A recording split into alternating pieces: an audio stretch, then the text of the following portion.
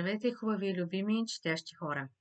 Аз съм Ким Джаксън и добре дошли отново в моята паралелна реалност. Моята книжна реалност в случая. Надявам се това видео да ми се получи както искам.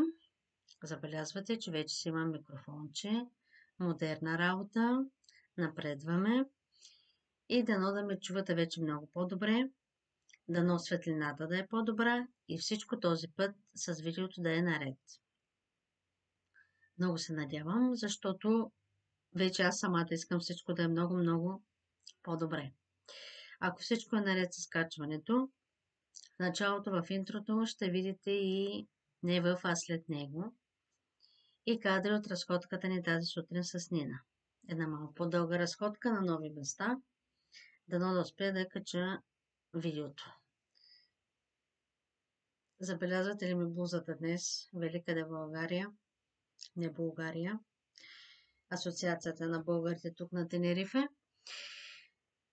И същественото да започна. Много ми е трудно да говоря, когато ми харесват книгите, които чета. И най-любимите ми книги, тези, които последно съм прочела, много по-лесно ми е, когато да кажа нещо, защо не ми е харесало, отколкото да разказвам, когато ми е харесало. Особено, когато книгите много ме развълнуват. И ще започна с една класика, с един класически автор, който аз нямам никаква идея защо чета чак сега. Прочетох на Изток от рая 2022, мисля, че. И предвид годините ми, трябваше да съм го прочела доста по-назад през времето. Но пък от друга страна знам, че всяка книга идва при нас, когато е момента и когато трябва. Както се досетихте, говоря за Стайнбек. Наистина бях много впечатлена от На Изток от рая. Невероятно впечатлена. Това е една, как да я нарека, прекрасна сага семейна. Влизаш в историята и не искаш да излезеш. Чела съм също Улица Консервна и Благодатния четвъртък. Първата ми беше интересна, втората не беше моето нещо. И още нещо, за което в момента не се сещам заглавието. Преди няколко дни приключих с последния написан и завършен роман на Стайнбек "Зимата на нашето недоволство". Всъщност, да ви покажа обложката. Книгата излиза през 1961 година. И цената, не знам дали ще можете да видите на камерата, е от 1 лев и 1 стотинка. Вижте. Вижда ли се? И издава Народна култура. Издателство Народна култура. Много често напоследък срещам коментари как по време на социализма не е превеждана западна литература, ние не сме имали достъп до никакви книги от световната литература и някакви такива неща от хора, или които не са живяли по това време, или говорят колкото не заспят. Тъй като аз съм хванала част от това време, дете съм на 70-те и 80-те беше най-хубавото време за мен. Опитвам се да видя. Издадена е през 1963 в България, така че не е много след публикуването на романа. Една от най-известните снимки на Стайнбек, за които аз знам. Винаги съм го, как да кажа, прескачала във времето, защото винаги съм си мислила, че ще ми бъде скучно, че е сериозен автор, сериозен в смисъл от тази сериозност, която на мен не ми допада, че ще ми бъде тегаво да го чета и такива неща. За много класически автори съм си мислила такива работи.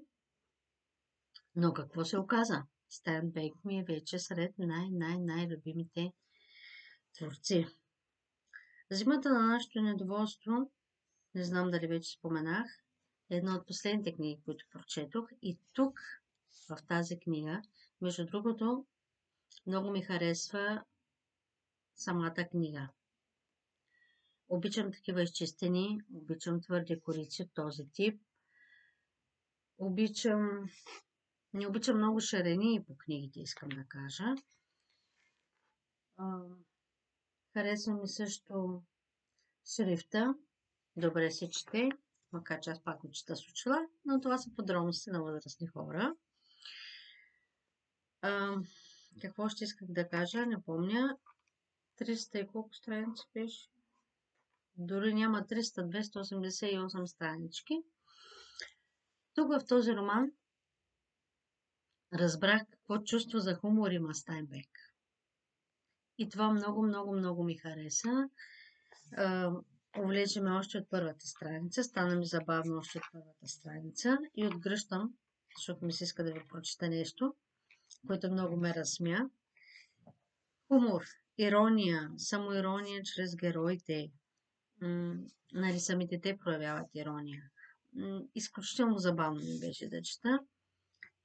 Не се случва нищо, кой знае какво в историята според мен, но въпреки това е увлекателно, приятно.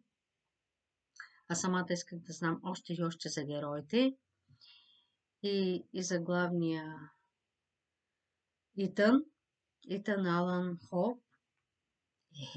Помня име. За жена му Мери, за приятелката Марджи, която е, как да кажа, флиртаджика един вид. И с нея ми се искаше да разбера нататък какво се случва и с жена му, и с двете му деца. Алън и... Елън ли беше дъщеря му? Да, Алън и Елън. И с тях след това ми се искаше след края да разбера още и още. Искаше ми се да има продължение тази книга, но май този път започвам от края.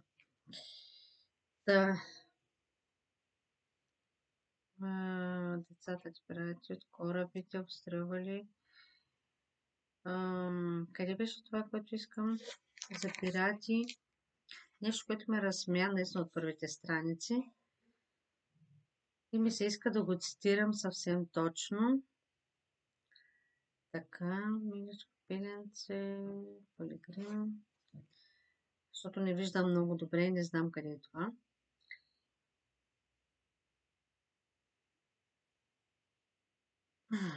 Ставаше дума, то много често ги използва такива. Качва се нагоре да се преоблича или какво беше, защото нещата се въртят около Великден, историята, и някъде щяха да ходят с жена му, с Мери. Скъпа, може ли да се качи да понатупа малко децата? Обещавам да ни чупя костите. И такива черни шегички, които на мен ми допадат. И какво исках да кажа? Хареса ми чувството за хумор. Не знам дали да ви разказвам самата история. Итан е бил собственик на магазинчето, Бакалия, какво беше? Хранителни стоки, да, магазин за хранителни стоки. Отначало е собственик, след това става продавач в този магазин. И накрая отново става собственик, защото италянеца, който му е бил шеф, му го простъпали, да го кажа, му го продава по-скоро, да, защото ставаше дума за пари, така че му го продава, когато го депортират в Италия. Май нещо издадох, както да е. Това, което ме замисли книгата, е как цялото семейство на Итан, жена му, децата му, постоянно му повтарят, че той е просто един продавач в магазин, че той няма пари, че те нямат пари, че искат да имат това и онова, че искат да отидат тук и там. И пари, пари, пари. Алчността на хората няма край. Така е било, така и така ще бъде, предполагам, което е много тъжно. И през цялото време очаквах Итан да не им се връзва на нещата, да не прави глупостите, които му минават през ума, за да спечели пари. И да живее така, както той иска да живее, а не жена ми, децата ми ще ме обичат повече, ако имам пари. Но се случва каквото се случва, някои лоши неща се разминават, други не се разминават. Няма да ви кажа какъв е край, разбира се, но ще кажа, че ми стана много мъчно за Итан и исках да знам какво се случва нататък в историята с децата му и с жена му. Прочетете Зимата на нашето недоволство. Ще останете много доволни, въпреки заглавието, и ще искате да четете още и още от Стайнбек. Просто съм сигурна в това, защото и с мен така се случи. Поне ще хареса на хора, които обичат семейни саги, които обичат хумора в историите и приятното прекарване с тях, но и накрая и да има за какво да се замислиш. Но мисля, че нещо от някъде шуми и не знам какво е, дано вие да не го чувате. След Стайнбек, т.е. последната книга, която прочетох,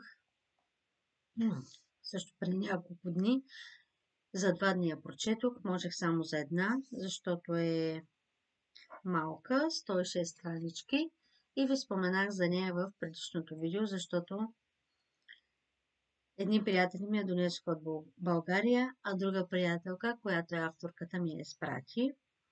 Един екземпляр за мен и един за българската библиотека тук на острова. И говорим за Пералня за човешки души. Райна Максимова. Издателството е Blur Paper.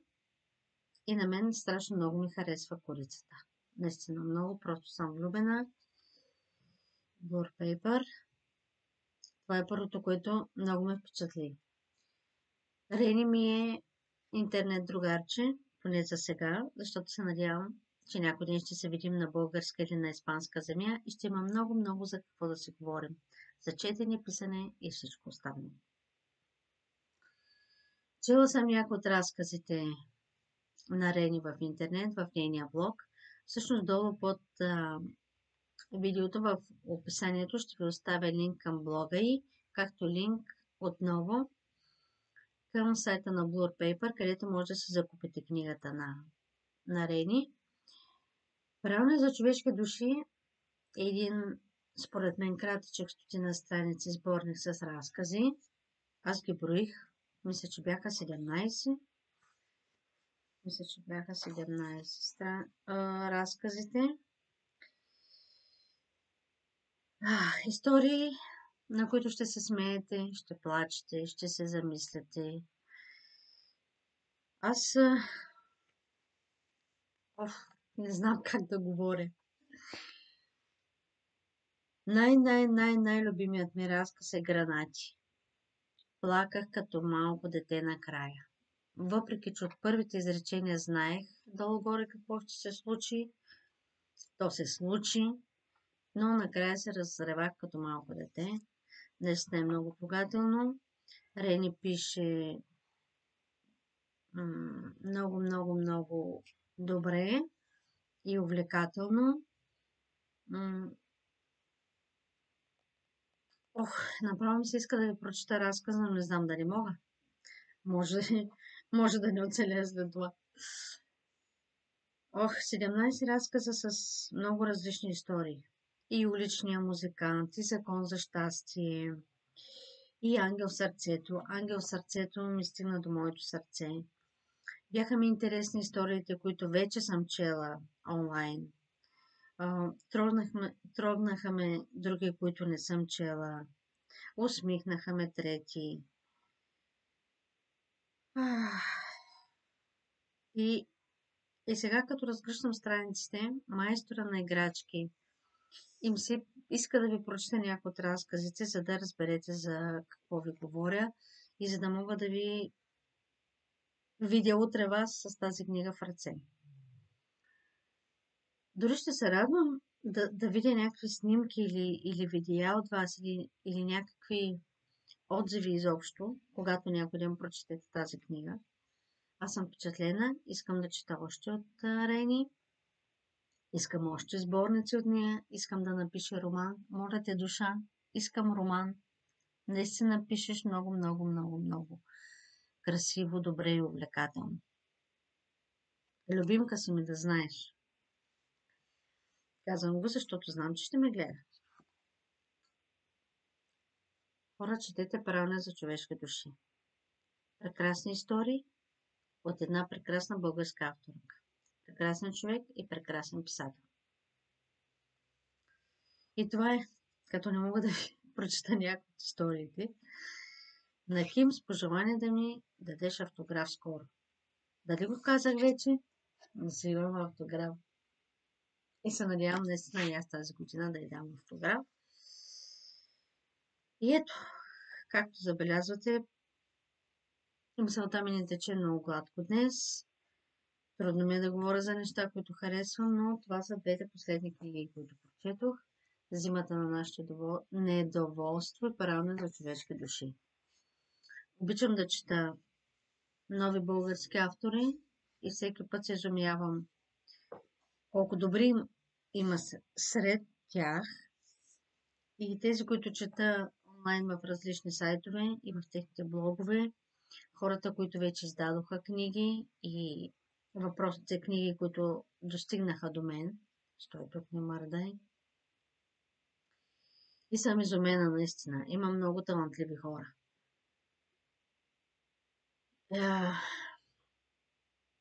И така, малко по малко продължавам с класиките. Ще прочета на Стайнбек, кое ми остана, Гроздовете на гнева и не мога да се сетя още какво, но искам да го чета. Предполагам, че някой ден ще препрочета на изток от рая, защото и тя и зимата на нашето недоволство са истории, в които като вляза и после не искам да изляза. Не да чета 200-300 страници, а да не свършва. И така, това моите две ревюта, защото всъщност не знам какво казах за книгите за днес. И следващия път повече. Обмислям видео като подобно на класация, но ще разберете следващия път какво е. И сега, като споменах Стайнбек, че това му е последния публикуван роман, и ми хрумна, няма да ви кажа какво, просто ще го направя, но е свързано с различни писатели. И така, мили мои хора, пожелавам ви една прекрасна неделна вечер, надявам се след малко да кача това видео, и една успешна нова седмица. Ще се видим много, много, много скоро. Ще се радвам да коментирате вие дали сте чели тези две книги. Ще се радвам да ми препоръчате нещо, което наскоро сте чели и много ви е харесало. Или пък вашите любими книги, ще се радвам да ми споделите. И ако не съм ги чела и аз някой ден да ги прочета. Ако харесвате това видео, благодаря ви, ако му дадете едно лайкче. Благодаря ви, ако последвате канала. Ако не го харесвате, няма да се разсърдя. Продължаваме напред. И целувки за всички ви, обичайте се и аз ви обичам. Четенето е богатство. Бъдете богати, пожелавам ви от сърце да имате време и да четете много интересни книги.